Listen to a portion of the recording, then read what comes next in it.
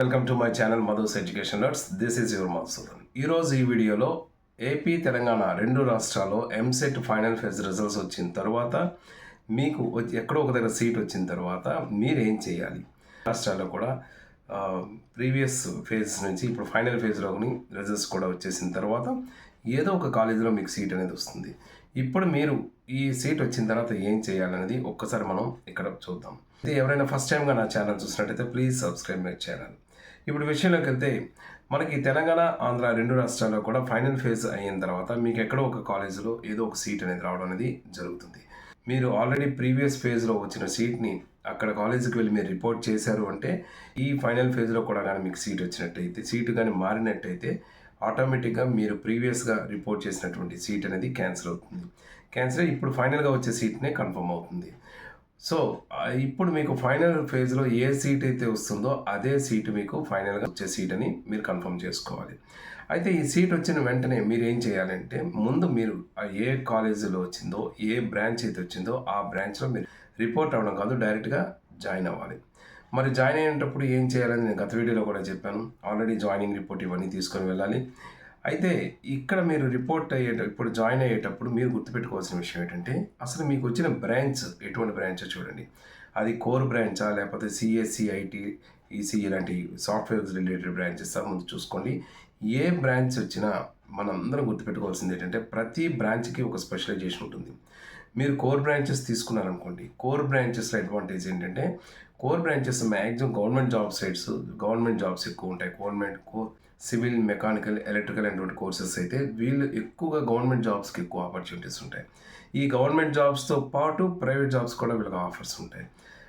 ఎవరైతే ఈ civil, mechanical, ఎలక్ట్రికల్లో join అవుతారో ఆ కాలేజీలో మీకు ఆ సీట్ వచ్చినప్పుడు కూడా మీరు హ్యాపీగా జాయిన్ అవ్వచ్చు. ఎందువల్లంటే గవర్నమెంట్ జాబ్స్కి ప్రాక్టీస్ చేయడమే కాకుండా, గవర్నమెంట్ జాబ్స్కి ట్రై చేయడమే కాకుండా ప్రైవేట్ జాబ్స్ కూడా మీరు వెళ్ళిపోవచ్చు. అంతేకాకుండా మీకు సిఎస్సి, ఈసీ వాళ్ళగే మేము కూడా సాఫ్ట్వేర్ సైడ్ ఎవరైనా వెళ్ళాలి అనుకున్న వాళ్ళు ఉంటే వాళ్ళు కూడా హ్యాపీగా ఈ సివిల్, మెకానికల్, ఎలక్ట్రికల్ చదివినప్పటికి కూడా సాఫ్ట్వేర్ రిలేటెడ్ కోర్సెస్ కొన్ని ఉంటాయి. ఆ బేసిక్ కోర్సెస్ అనేవి కొన్ని అడిషనల్గా నేర్చుకుంటూ సాఫ్ట్వేర్ సైడ్ వెళ్ళిపోవచ్చు. ఎందుకంటే సివిల్, మెకానికల్, ఎలక్ట్రికల్ లాంటి కోర్ కోర్సెస్ చదివిన స్టూడెంట్స్ కూడా చాలామంది పెద్ద పెద్ద దిగ్గజాలైన కంపెనీస్లోని టీసీఎస్, కాగ్నిజెంట్, అమెజాన్, విప్రో లాంటి పెద్ద పెద్ద సంస్థల్లో ఈ సివిల్, మెకానికల్, ఎలక్ట్రికల్ స్టూడెంట్స్ కూడా సాఫ్ట్వేర్ సైడ్ జాబ్ చేస్తున్నారు. ఇకపోతే సిఎస్సి, ఈసీ స్టూడెంట్స్ ఎవరైనా ఉంటే మీరు కోరుకున్న సీట్ కానీ వచ్చినట్లయితే మీరు హ్యాపీగా మీరు ఆ కోర్సెస్లో చేస్తూ సాఫ్ట్వేర్ సైడ్ వెళ్ళొచ్చు. మీకు కూడా కొంతవరకు గవర్నమెంట్ జాబ్స్ అనేవి మీకు కూడా కొన్ని ఉంటాయి. ఆ జాబ్స్లో కూడా మీరు ట్రై చేసుకోవచ్చు. బట్ ఫైనల్గా మీరు గుర్తుపెట్టుకోవాల్సింది ఏంటంటే civil, mechanical, electrical, ECE, IT, CSC whatever the branch it may be, ఏ బ్రాంచ్ తీసుకున్నా ప్రతి బ్రాంచ్కి కూడా కొంత ఇంపార్టెన్స్ ఉంటుంది. వాటికి సంబంధించిన బెనిఫిట్స్ ఉంటాయి, వాటి తరగ స్పెషలైజేషన్స్ ఉంటాయి. కాబట్టి మీరు హ్యాపీగా మీరు కోర్సు ఏదైతే ఏ బ్రాంచ్ వచ్చినా మీరు ఫీల్ అవ్వద్దు. హ్యాపీగా మీరు జాయిన్ అవ్వండి. జాయిన్ అయ్యి ఆ కోర్సెస్ మీద ముందు ఇంట్రెస్ట్ పెట్టుకోండి. ఎప్పుడైతే మీకు బ్రాంచ్ మీద ఇంట్రెస్ట్ వస్తుందో అప్పుడు మీకు అందులో ఉండే సోర్సెస్ అన్నీ కనబడతాయి. ఎన్ని సోర్సెస్ ఉన్నాయని మీకే తెలుస్తుంది. ఆ సోర్సెస్ సంబంధించి మీ లైఫ్ని మీరు హ్యాపీగా సెటిల్ చేసుకోవచ్చు. ఇంత అంటే ముందు మీరు అలా కాకుండా మేము ఈ కోర్సెస్ జాయిన్ అవ్వకుండా ఈ బ్రాంచ్ కాకుండా నేను మేనేజ్మెంట్ కోటాలనైనా అంటే సపోజ్ అయినప్పటికీ కూడా మీకు ఇంక ఈ బ్రాంచెస్ నచ్చలేదు అనుకోండి, మీరు ఇంకో వేరే బ్రాంచ్లోకి వెళ్ళాలనుకుంటున్నాను అనుకోండి, అంటే మీకు ఫైనల్ అయినప్పటికీ కూడా మీకు ఫైనల్ ఫేజ్ అలాట్మెంట్లో వచ్చిన సీటు మీకు నచ్చలేదు అనుకోండి, అప్పటికే మీకు ఫైనల్గా ఒక ఆప్షన్ ఏంటంటే మీరు ఈ సీట్లో జాయిన్ అవ్వకుండా మీరు మేనేజ్మెంట్ కోటా ద్వారా మీకు నచ్చిన బ్రాంచ్లో, నచ్చిన కాలేజీలో జాయిన్ అవ్వచ్చు. కాకపోతే దాంట్లో ఒక డిసడ్వాంటేజ్ ఏంటంటే మీరు కోరుకున్న బ్రాంచ్ మీకు వచ్చి ఉండొచ్చు, కానీ మీకు ఫీ రియంబర్స్మెంట్ అనేది రాదు. గవర్నమెంట్ నుంచి వచ్చేటువంటి ఫీ రియంబర్స్మెంట్ అనేది మీకు రాదు. మీరు మేనేజ్మెంట్ కోటాలకు మీరు వెళ్ళిపోతారు. కాబట్టి అది దృష్టిలో పెట్టుకోండి. మేనేజ్మెంట్ కోటా కింద మీరు వెళ్తారు. సో అది ఎడిషనల్గా మీకు ఒక ఫైనాన్షియల్గా అది కొంతవరకు మీరు అది ఎంతవరకు మీకు వీలుంటుందనేది మీ క్యాపబిలిటీని బట్టి ఆలోచించుకోండి. బట్ నా సలహా అయితే మాత్రం మీరు ఏ బ్రాంచ్ వచ్చినా హ్యాపీగా మీరు జాయిన్ అవ్వచ్చు. జాయిన్ అయ్యి మీరు ఆ జాబ్స్కి అవసరమైనటువంటి కొన్ని కోర్సెస్ని కొన్ని నేర్చుకుంటే సరిపోతుంది.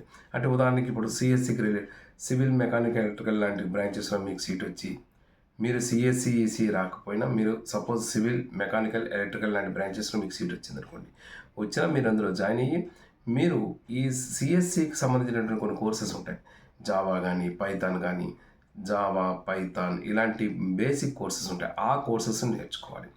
అంతేకాకుండా ఇంజినీరింగ్‌లో ఇప్పుడు ఖచ్చితంగా మనకి ఇంజినీరింగ్‌లో ఏ బ్రాంచ్ తీసుకున్నా మిగిలిన డిఫరెంట్ మిగిలిన అదర్ బ్రాంచెస్ తరహా సబ్జెక్ట్స్‌ని కూడా ఇప్పుడు అందరూ కంపల్సరీ నేర్చుకోవాల్సి ఉంటుంది. అంటే ఒక సివిల్ వాళ్ళు మెకానికల్, ఎలక్ట్రికల్, సిఎస్సి సబ్జెక్ట్స్ నేర్చుకున్నట్టే అలాగే సిఎస్సి, ఈసీ స్టూడెంట్స్ కూడా basics of mechanical and civil engineering అని, basics of electrical and electronics engineering అని, అంటే ప్రతి బ్రాంచ్ వాళ్ళు కూడా అదర్ బ్రాంచెస్ తనకు రిలేటెడ్ అన్నీ కూడా నేర్చుకుంటారు. ఇలా నేర్చుకోవడం వల్ల ఏంటంటే ఫ్యూచర్లో మీకు ఎప్పుడైనా బయటకు వచ్చిన తర్వాత ఏ బ్రాంచ్కి రిలేటెడ్ జాబ్ అయినా మీరు ఫేస్ చేయగలిగే అవకాశం అనేది మీకు ఉంటుంది.